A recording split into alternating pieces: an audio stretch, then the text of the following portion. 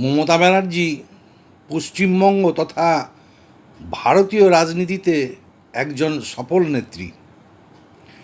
তিনি যে এই সফলতাটা অর্জন করেছেন সেটা কিন্তু খুব মসৃণ বা কোনো শৌখিন পথ দিয়ে নয়।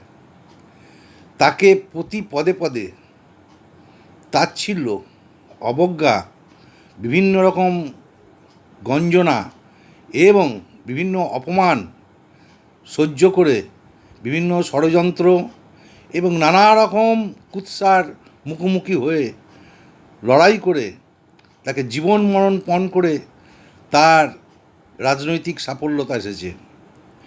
তার যে সাফল্যতা, তার পেছনে তার যে পাড়া, সেই পাড়ার মধ্যে অজস্র পূর্ববঙ্গীয় যারা উদ্বাস্তু ছিল, তারা তখন পশ্চিমবঙ্গের সিপিআইএম নেতা প্রশান্ত সুরের নেতৃত্বে ইউসিআরসি নামে একটি উদ্বাস্তু সংগঠন করত।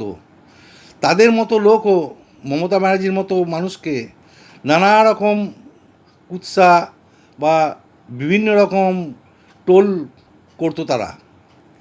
আর প্রদেশ কংগ্রেসের নেতারা তো তাকে বরাবরই তাচ্ছিল্য, অবজ্ঞার চোখে দেখত।